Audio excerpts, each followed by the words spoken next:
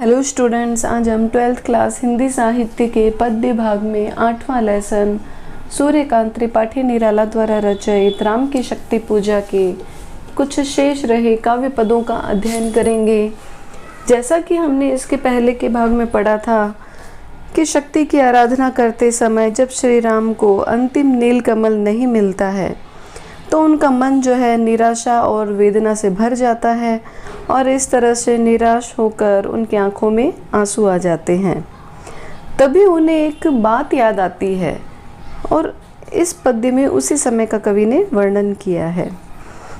धिक जीवन को जो पाता ही आया है विरोध, धिक साधन जिसके लिए सदा ही किया शोध। धिक अर्थात धिक्कार, साधन अर्थात उपाय या युक्ति, शोध का अर्थ होता है खोज।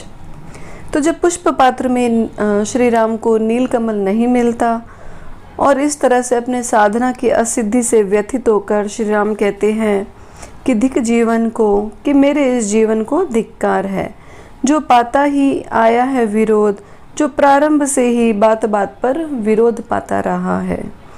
धिक साधन, और मेरे इस युक्ति या साधना के लिए भी धिक्कार है, जिसके लिए सदा ही किया शोध, जिसके लिए सदा ही मुझे इधर उधर भटकना पड़ा।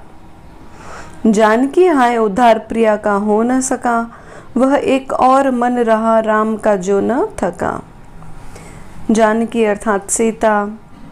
तो अब श्री राम कहते हैं कि हे सीता, हाय उद्धार प्रिया का हो न सका, कि अब तुम्हारा लंका से उद्धार मैं कैसे कर पाऊंगा। इस तरह से श्री राम जो है बहुत दुखी हो जाते हैं और यह जो उनका दुख है वो दूर करना कठिन हो जाता है। तो श्री राम जो है इस तरह से मन में चिंता करते रहते हैं, परंतु उनका मन जो है चिंता करते हुए भी एकदम थका नहीं। मन रहा राम का जो न थका, उनका मन जो है चिंता करते हुए भी, दुखी होते हुए भी बिल्कुल भी थका नहीं और निराश नहीं हुआ। जो नहीं जानता दैन्य, नहीं जानता विनय। दैन्य अर्थात दीनता, विनय अर्थात अनुनय विनय करना या प्रार्थना करना।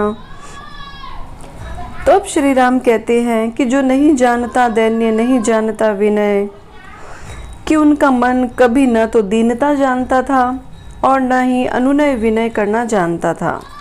इसमें एक भाव यह है कि श्री राम में दीनता और विनय जैसी कमजोर प्रवृत्ति थी ही नहीं।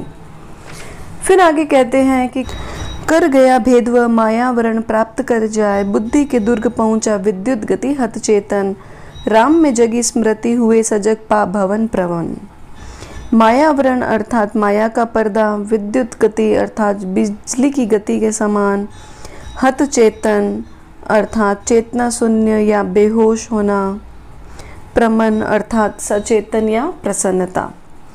तो अब कवि कहते हैं कि कर गया भेदव मायावरण प्राप्त कर जाए, कि श्री राम में जो है दीनता और विनय जैसी कमजोर प्रवृत्तियां थी ही नहीं और इस कारण से कर गया भेदव मायावरण प्राप्त कर जाए, माया के आवरण को भेद कर उनका मन जो है निराशा और दीनता पर विजय प्राप्त कर विद्युत गति, बिजली की गति से बुद्धि के दुर्ग पहुंचा, उस चेतना अर्थात बुद्धि तक जा पहुंचा।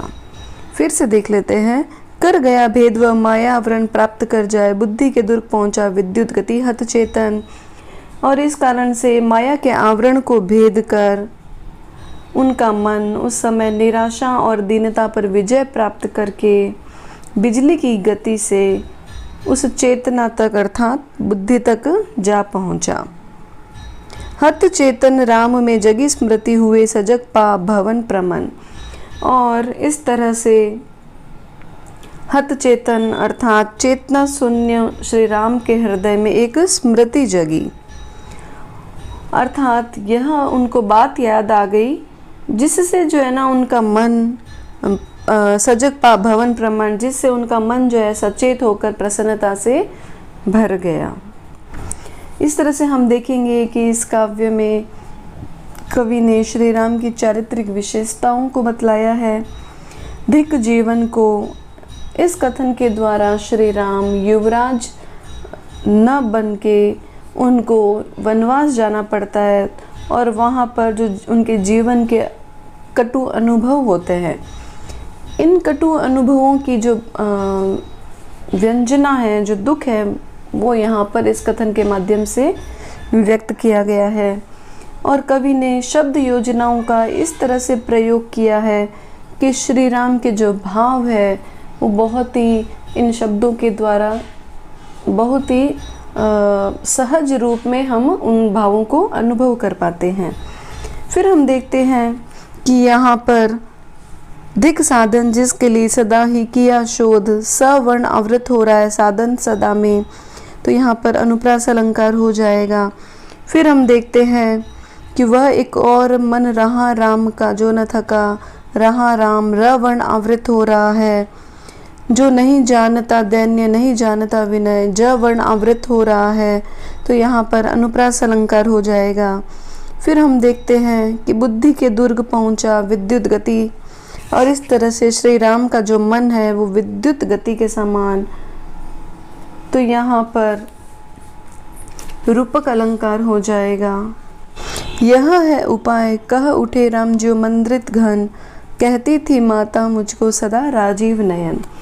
तो इस पद्य में हम देखेंगे कि श्री राम को नील कमल न मिलने पर वह उसके स्थान पर अपने एक नेत्र को अर्पित करने के लिए उद्यत हो जाते हैं। तो इसमें है जो उसी घटना का बहुत ही सुंदर वर्णन किया गया है। तो आइए देखते हैं। मंद्रित अर्थात गर्जना करता हुआ, घन अर्थात बादल, राजीव नयन अर्थात कमल नयन।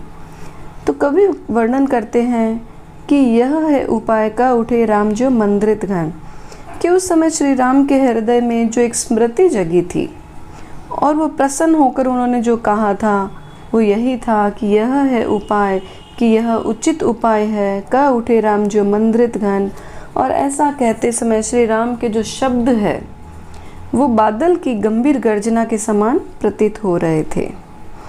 कहती थी माता मुझको सदा राजीव नयन, उन्होंने कहा कि माता जी मुझे बाल्यकाल में हमेशा राजीव नयन अर्थात कमल के नेत्रों वाला कहती थी। दो नील कमल है शेष अभी एक पुरश्चरण, पूरा करता हूँ देकर माता एक नयन। तो फिर हम देखते हैं कि पुरश्चरण का अर्थ होता है देवता के नाम का जप या फिर हवन की आहुति। तब राम कहते हैं कि दो नील कमल है शेष अभी एक पुरश्चरण, कि अभी साधना की अंतिम आहुति अर्थात एक कमल चढ़ाना है। तो इसलिए मैं अब जप की पूर्ण आहुति करता हूँ, अर्थात मेरी जो साधना सिद्धि की जो अंतिम मंत्र है, अंतिम जप है, उसको मैं पूर्ण करता हूँ। मातः हे माता, मैं अपना एक नेत्र नीलकमल के स्थान पर समर्पित करके अपना जप पूरा करता हूँ। दो नीलकमल है शेष अभी एक पुरश्चरण, पूरा करता हूँ देकर माता एक नयन, कि मेरे अभी दो नीलकमल है वो शेष है। तो इस तरह से मैं इस यज्ञ की, इस तप की जो पूर्णाहुति है अपने एक नेत्र को देकर पूरी करता हूँ। कहकर देखा तुणीर ब्रह्मशर रहा झलक, ले लिया हस्त लक लक करता वह महाफलक। तुणीर अर्थात तरकश, ब्रह्मशर अर्थात ब्रह्म बाण, नयन अर्थात नेत्र, लक लक अर्थात चमचमाता हुआ, महाफलक इसका मतलब होता है बहुत बड़ी नोक वाला।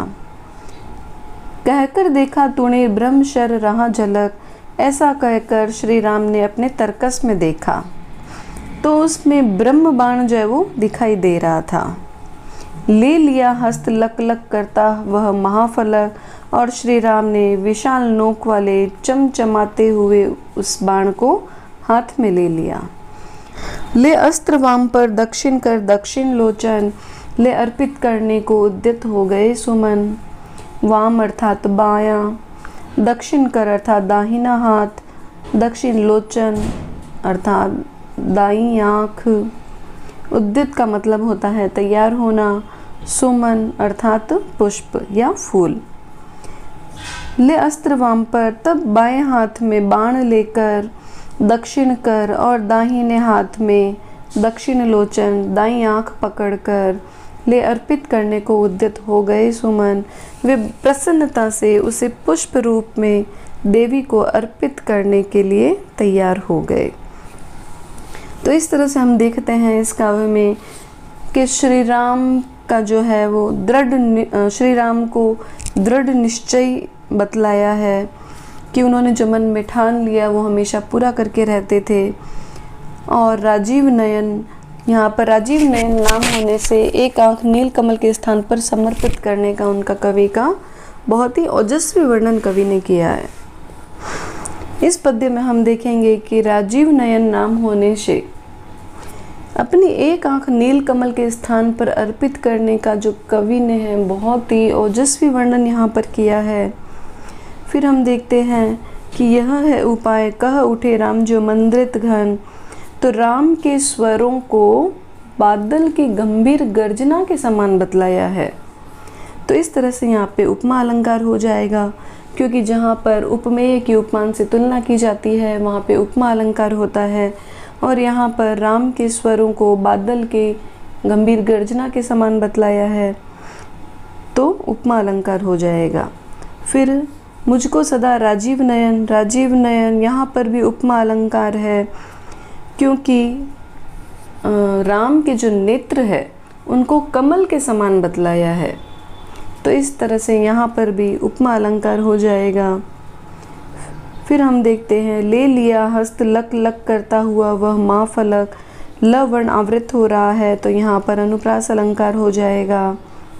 दक्षिण कर दक्षिण लोचन, यहाँ पर दक्षिण दक्षिण शब्द आवृत हो रहा है, और जहाँ पर शब्द आवृत होता है और उनके अर्थ अलग निकलते हैं वहाँ पे यमक अलंकार हो जाता है। यहाँ पर दक्षिण कर अर्थात दाहिना हाथ और दक्षिण लोचन अर्थात दाईं आँख, तो इसलिए यहाँ पर यमक अलंकार हो जाएगा।